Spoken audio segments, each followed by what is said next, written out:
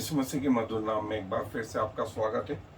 और हम अपने महत्वपूर्ण विषयों पर जो है बराबर जो है अध्ययन करते जा रहे हैं। और हमने पेंटेकोस का दिन देखा, और पेंटेकोस के दिन जो है चेले एक घर में इकट्ठा थे, यरूशलेम आए हुए थे। उनको क्या करना है नहीं मालूम था। हार्वेस्ट का पर्व था, फसल जो काटी गई उसका पहला प्रेजेंटेशन प्रभु को था। ये पुराने नियम की जो परंपरा थी वो उस विषय में आए थे। और प्रभु ने इनसे कहा था, फसल तैयार है, काटने वाले मजदूर कम है। पिता से दुआ करो कि वो मजदूर भेजे।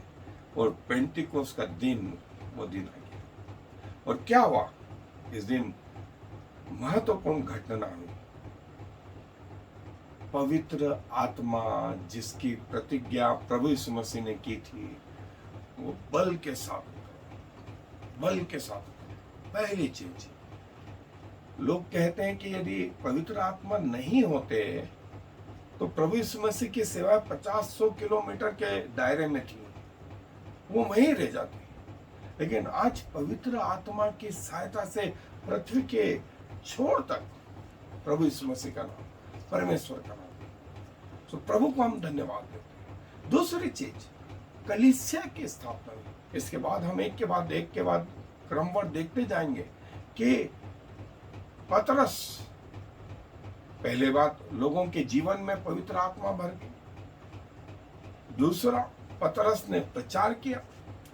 तीसरी चीज, 3000 लोगों ने जो है उस दिन पश्चाताप किया और कलीसिया में मिल गए। पहली बार चर्च शब्द का इस्तेमाल है। और बहुत सारी डिटेल है जो हम देखने जा रहे हैं। आज फिर से मैं वही हिस्सा पढ़ रहा हूं जो पहले पढ़ा था। प्रेरितों के काम की पुस्तक 2 अध्याय 1 से 4 आयत। प्रेरितों के काम की पुस्तक 2 अध्याय 1 से 4 पद तक मैं पढ़ रहा हूं। जब पेंटेकोस का दिन आया तो वे सब एक जगह इकट्ठे थे। तब एकाएक आकाश से बड़ी आंधी की सी सनसनाहट का शब्द हुआ और उससे सारा घर जहां वे बैठे थे गूंज गया। और उन्हें आग की सी जीभें फटती हुई दिखाई दी और उनमें से हर एक पर आ ठहरी। और वे सब पवित्र आत्मा से भर गए। जिस प्रकार आत्मा ने उन्हें बोलने की सामर्थ्य दी, वे अन्य अन्य भाषा बोलने लगे। दूसरी आयत में लिखा है सनसनाहट का शब्द हुआ। और यही बात प्रभु यीशु मसीह ने निकोदेमुस से कही थी कि तू हवा का शब्द सुनता है, उसको देख नहीं पाता लेकिन महसूस करता है। बिल्कुल वही हुआ। और पवित्र आत्मा, हम उसका डिटेल देखेंगे, जिसको रूवाक कहा गया है। रूवाक आत्मा, हवा और वैसी सनसनाहट। और क्या हुआ?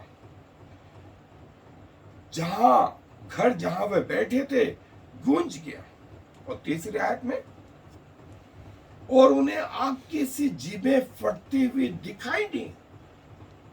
उनकी आत्मिक आंखें खुली। उन्होंने देखा कि आग उतर रही है।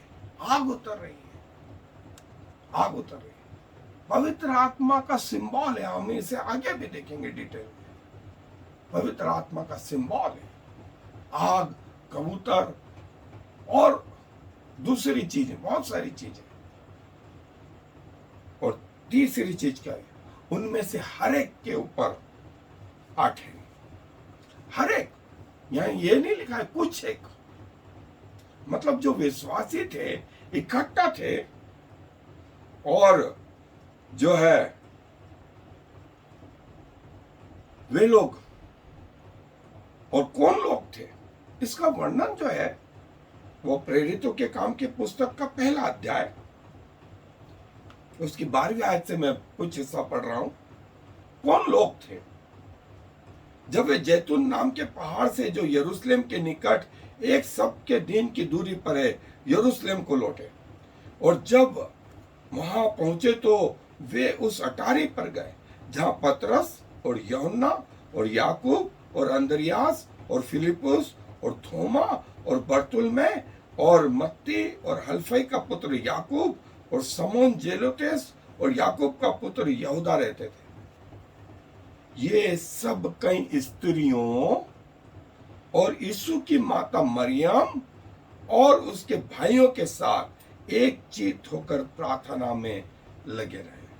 यरूशलेम में ये वो जगह थी जहां प्रभु यीशु मसीह की माता और कई स्त्रियां, उनके भाई और चेले, ये सब थे। और ये सब पर पवित्र आत्मा उतरा, ये सब पर पवित्र। और फिर उसके बाद चौथी आयत में सब पवित्र आत्मा से भर गए। पवित्र आत्मा पहले भी आया था जब चेले जो है प्रचार करने गए, दुष्ट आत्मा उन्होंने यीशु मसीह के नाम से निकाली, लोगों को चंगाई दी, सुसमाचार प्रचार किया। प्रभु यीशु मसीह के जी उठने के बाद प्रभु ने इन पे फूका और कहा पवित्र आत्मा लो। उस समय भी ये लोग बाहर नहीं निकले, वरन मछली मारने गए। लेकिन आज के दिन, मतलब पेंतिकोस्त के दिन, पवित्र आत्मा ओवरफ्लो और ओवरफ्लो होने का परिणाम ये रहा कि वे जो है अन्य भाषा बोलने लगे। इसके पहले अन्य भाषा कहां से आई थी? तो आपको याद हो कि नूह के बाद में, प्रलय के बाद में 11वें अध्याय उत्पत्ति में वे सब एक टावर बनाने लगे थे लोग, और वे अलग होना नहीं चाहते थे, बिखरना नहीं चाहते थे। परमेश्वर ने उनके बीच में भाषा की गड़बड़ी डाली। वो भाषा जो बेबीलोन के उस टावर के समय में डाली, एक श्राप के रूप में। और पेंतिकोस्त के दिन भाषाएं एक आशीष के रूप में। जो श्राप थे वो आशीष में, जो पवित्र आत्मा का छोटा सा पोर्शन था अब वो फुल पोर्शन। वे हर एक के ऊपर पवित्र आत्मा है, वे एक जगह इकट्ठा थे। पवित्र आत्मा गूंज गया, उनकी आत्मिक आंखें खुल गई, उन्होंने महसूस किया। और इसी को हम आगे बढ़ाएंगे। आए पवित्र आत्मा का उतरना, हम थोड़ी देर तक जो है बाइबल और बाइबल के लोग क्या कहते हैं इसका अध्ययन। पवित्र आत्मा का इस पृथ्वी पर उतरना उस पेंतिकोस्त के दिन पूरे मसीहत का आरंभ, कलीसिया का निर्माण हुआ, और जिसकी प्रतिज्ञा प्रभु ने की थी कि मैं तुम्हें अकेला नहीं छोड़ूंगा, वरन पवित्र आत्मा जो स्वयं परमेश्वर से निकला है वो भेजूंगा। वो परमेश्वर पिता की गुप्त बातें भी तुम्हें बताएगा, वो आने वाली बातें भी दिखाएगा। और पवित्र आत्मा जो है न सिर्फ नए नियम में वरन पुराने नियम में भी इसका वर्णन आया। और जैसा हमने उत्पत्ति में भी देखा था, जो शब्द बेरेसेत या एलोहिम शब्द था, उस एलोहिम शब्द में प्लूरल शब्द था, और वो प्लूरल शब्द में पिता, पुत्र और पवित्र आत्मा। पहली आयत, बाइबल के पहली आयत, पहले कुछ शब्दों में पवित्र आत्मा, तब से पृथ्वी के बनने के पहले से। और हिब्रू लैंग्वेज में जो है पवित्र आत्मा जो है उसको रुआह कोदेश और होली स्पिरिट, रुआह कोदेश, और जो हिब्रू या इब्रानी लोग हैं, यहूदी लोग हैं, वे स्पिरिट को भी यहोवा, और यही हम पिता के नाम से भी पुकारते। और जो है होली स्पिरिट को, पवित्र आत्मा को यहूदी लोग प्रोफेसी और ज्ञान के रूप में भी जानते हैं। और पवित्र आत्मा के विभिन्न रूप जो है बाइबल में दिए हुए हैं।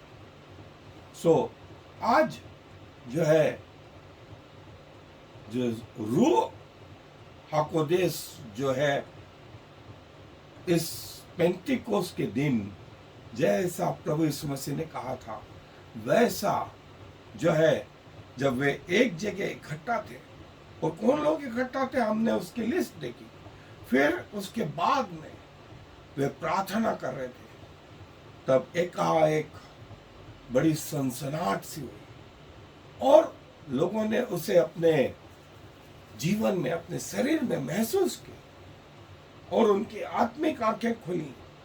उन्होंने पवित्र आत्मा को आग की जीभ के समान फटते हुए अपने ऊपर आते देखा और वे सब सब सब पवित्र आत्मा से भर गए। कुछ पोर्शन में नहीं आया, भर गए, भर गए। और जब भर गए तब पवित्र आत्मा ने जैसा उन्हें सामर्थ्य दी थी वे अन्य अन्य भाषा बोलने लगे। और ये अन्य भाषा जो है यहाँ श्राप के रूप में नहीं, यहाँ आशीष के रूप में आई, आशीष के रूप में आई। सो जो है लैटिन शब्द जो स्पिरिट के लिए आया वो ब्रीथिंग शब्द है, ब्रीथ। पवित्र आत्मा हमारे अंदर जो है हमारे श्वास से भी नहीं नजदीक है, हमारे हृदय की धड़कन से भी नजदीक है।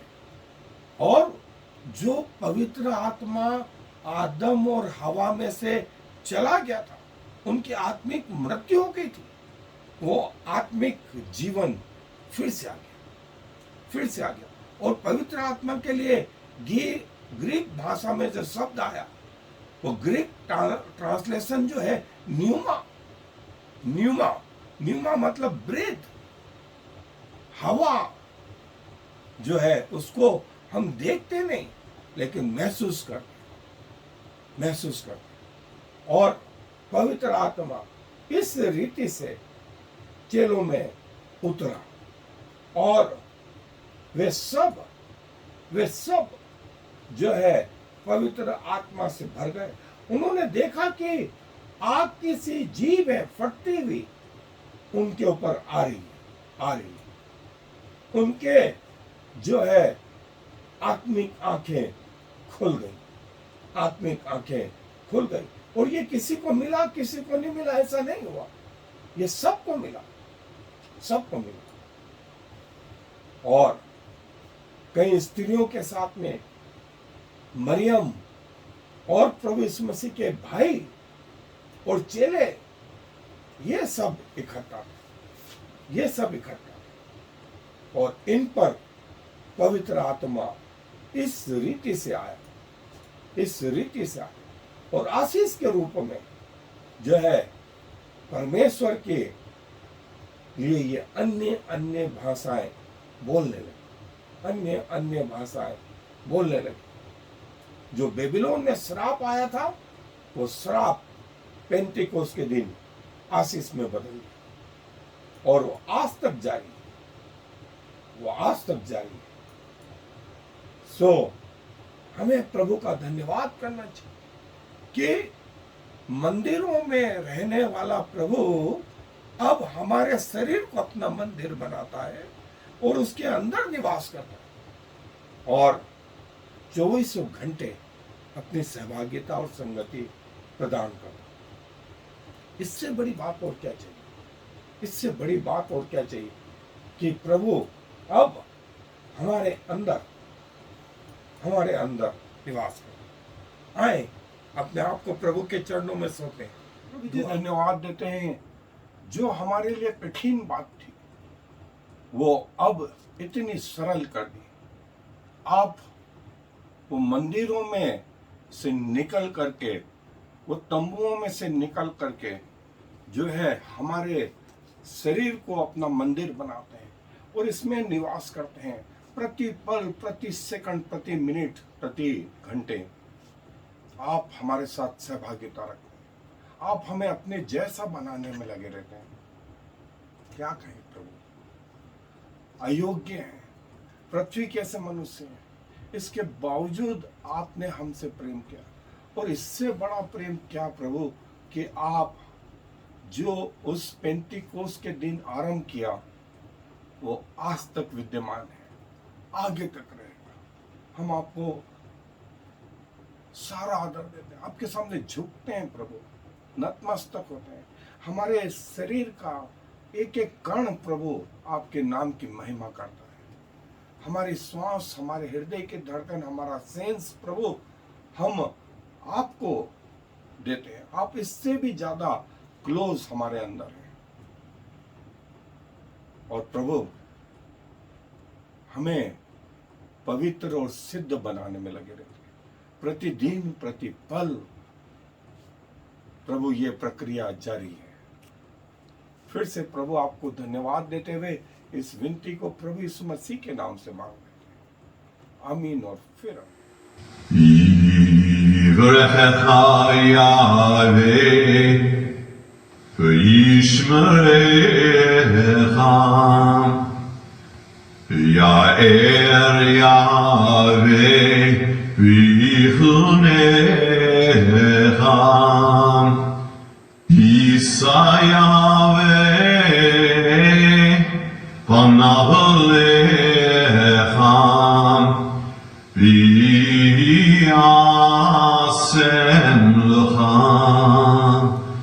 Shalom. May the Lord bless you and protect you. May the Lord smile on you and be gracious to you. May the Lord show you his favor and give you his peace.